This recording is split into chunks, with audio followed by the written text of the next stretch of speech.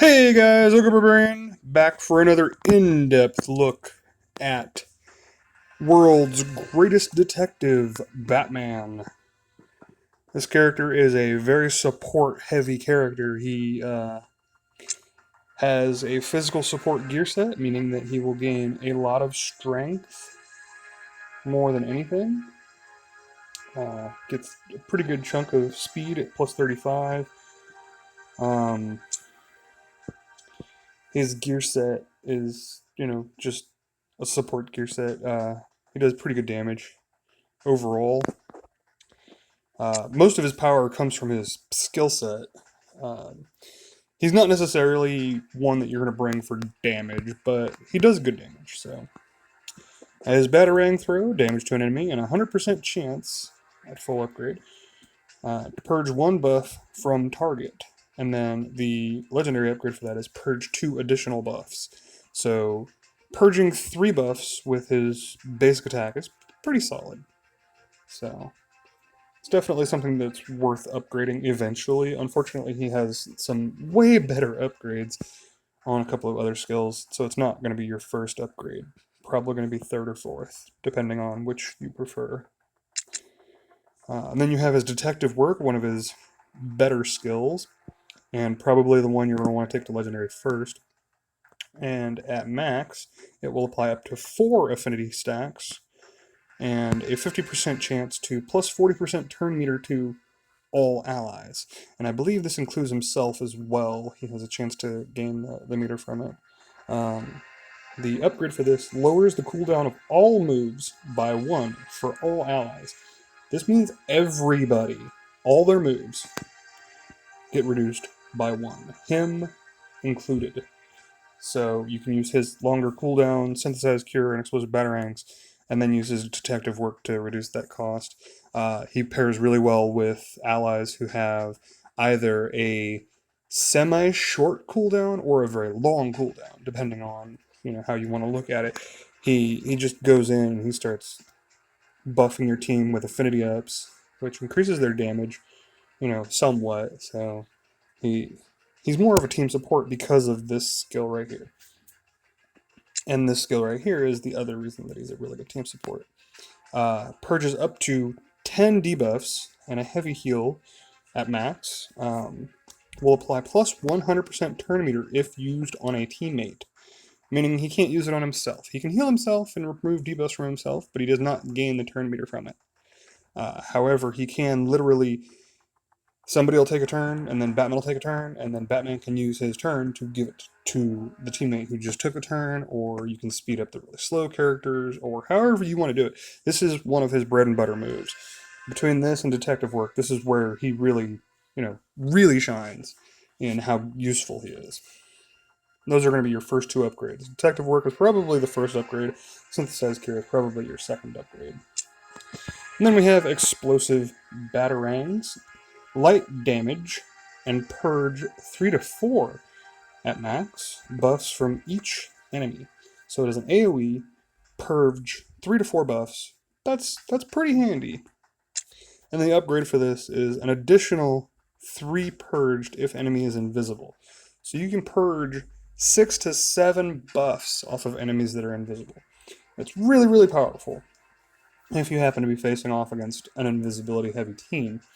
Somebody like Robin or Red Robin or Nightwing or Mirror Master, whoever. Clayface, unfortunately, when he's fully upgraded, applies, I think, 10 additional agility ups that last 2 turns. So you're probably eating off those agility ups more than the invisibility, unfortunately. But it's definitely a worthwhile consideration to upgrade this either third or fourth between this and the Batarang throw. I myself went with the Batarang throw. But again, you could go with this one. It's definitely a worthwhile upgrade.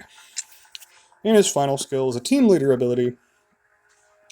All allies have a, I believe, 13, 6, 7, 8, 9, 10, 11, 12, 13, yeah, 13% chance to purge a buff if damaging an enemy. So, I mean, giving every skill that deals damage the chance to purge a buff is actually not bad. Unfortunately, it is really low. So, and then it purges an additional buff if it's upgraded. So purging 2 buffs with any attack, if the chance on this was higher, it would be really, really, really good, and you would see people using him a lot more, I think, in the lead position. So, unfortunately, again, really, really low chance.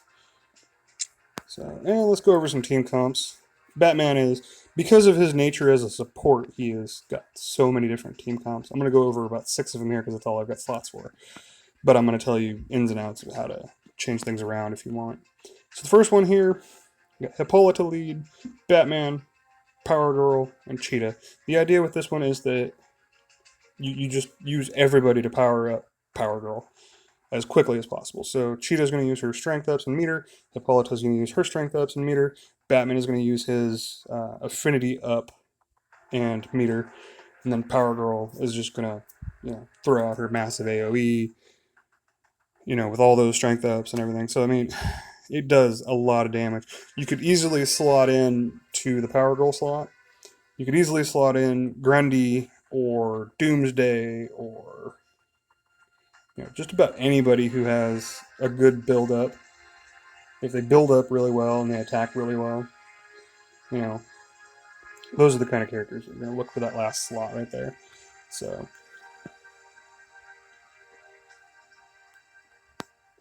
next one we have is Medfill, Batman, Poison Ivy, and Mara.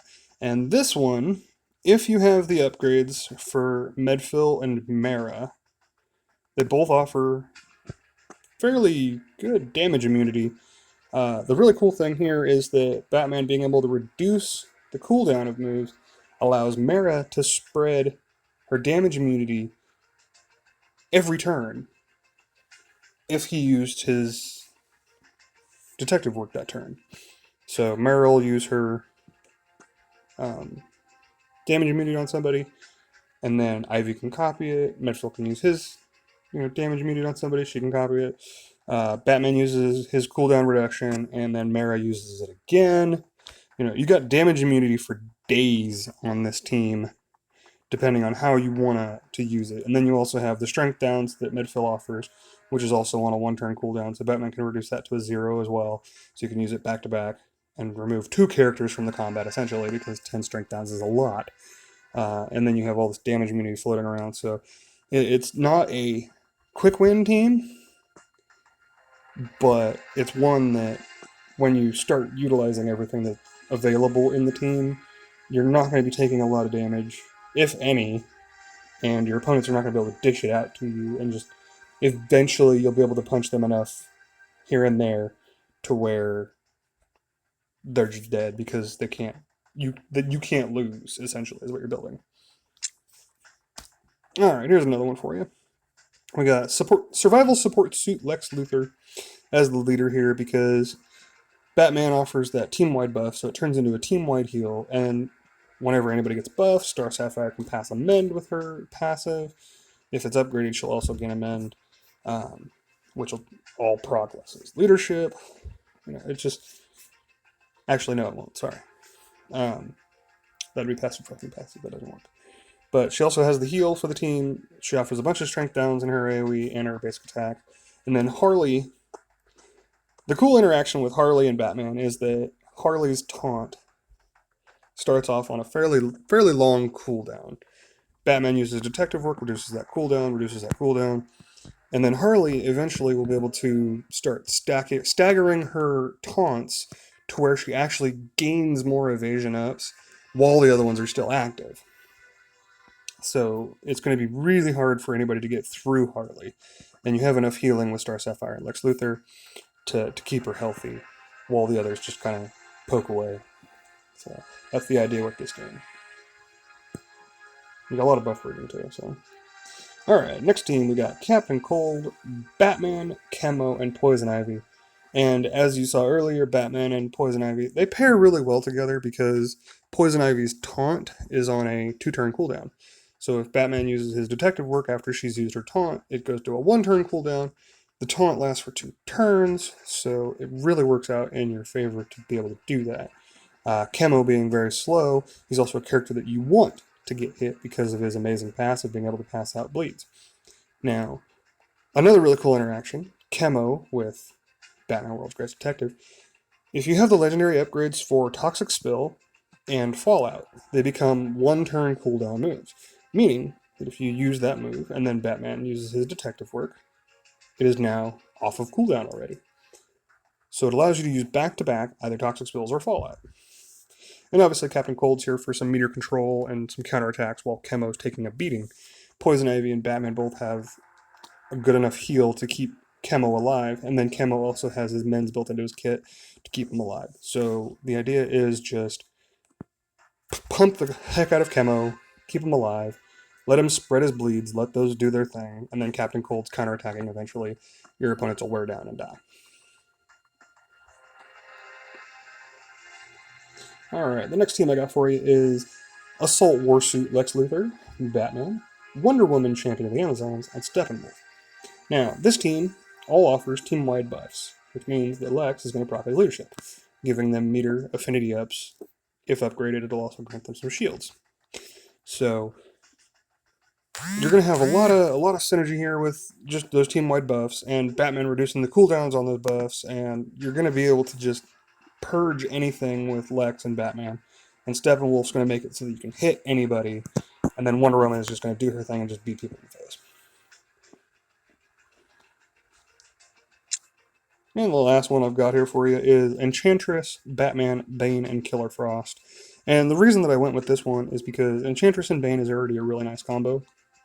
As I'm sure most of you have figured out at this point, if you have Bane's legendary upgrade and Enchantress is the leader, he'll start with the overheal, and he can start punching people randomly right out of the gate. So the idea here is, though, Killer Frost and Bane both have stuns. They're both on semi-long cooldowns, and again, Batman reduces cooldowns as one of his primary things. So you're going to be able to reduce cooldowns, and when Bane stuns, it reduces Killer Frost cooldown. When Killer Frost stuns, it reduces her cooldown. So you have a lot of cooldown reduction for those stuns. So you're literally just going to be able to control the opponent with all of these stuns. Whoops. Anyway, you get the idea. You're going to be able to have a lot of stun going around, and then you've got strength downs with Enchantress. You've got purging with Batman. You've got debuff removal from your team with Enchantress and Batman. You got bonus attacks with Enchantress if Batman heals her. Like, you have a lot of good synergy here. So, anyway, that's our look at Batman World's Greatest Detective. Let me know what you think. Leave a comment, like, subscribe. As always, enjoy and grind on.